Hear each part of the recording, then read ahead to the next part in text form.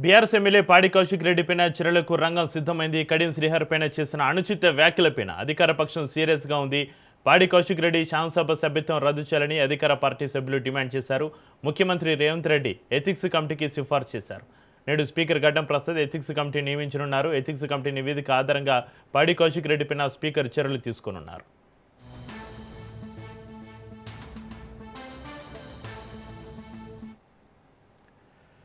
BRS MLA పాడి కౌశిక్ రెడ్డిపైన చర్యలకు రంగం సిద్ధంగా సంబంధించి మరింత సమాచారాన్ని మా ప్రతినిధి సునీల్ లైవ్లో అందిస్తారు.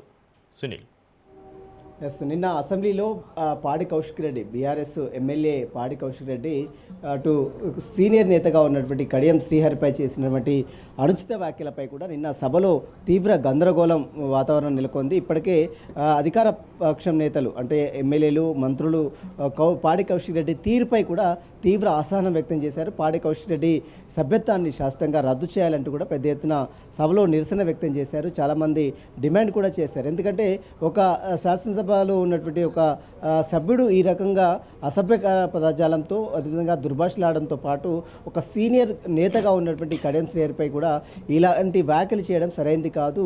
గతంలో ఏదైతే రోజా విషయంలో ఉమ్మడి ఆంధ్రప్రదేశ్లో రోజా విషయంలో కావచ్చు, మరోవైపు గత ప్రభుత్వంలో కోమటిరెడ్డి వెంకటరెడ్డి సంపత్ విషయంలో ఏ తరహాలో చర్యలు తీసుకున్నారో అదే తరహాలో ఇప్పుడు పాడి కౌశిక్ రెడ్డి మీద కూడా చర్యలు తీసుకోవాలంటూ కూడా పెద్ద ఎత్తున నిన్న మంత్రులు అదేవిధంగా చాలామంది ఎమ్మెల్యేలు కూడా మాట్లాడారు. మరోవైపు దళిత నేత కాబట్టి పాడి కౌశిక్ రెడ్డి ఈ రకమైనటువంటి వ్యాఖ్యలు చేశాడంటూ కూడా నిన్న సభలో తీవ్ర గందరగోళం వాతావరణం నెలకొంది. దీంతో ముఖ్యమంత్రి రేవంత్ రెడ్డి ఎంటర్ కావడం జరిగింది. తర్వాత పాడి కౌశిక్ రెడ్డి చేసినటువంటి వ్యాఖ్యలకు సంబంధించిన దానిపై కూడా ముఖ్యమంత్రి రేవంత్ రెడ్డి తీవ్ర అసహనం వ్యక్తం చేశారు. ఇలాంటి వారిని ఎట్టి పరిస్థితుల్లో ఉపేక్షించలేదు. సభా సాంప్రదాయాలను ఖచ్చితంగా గౌరవించాలి.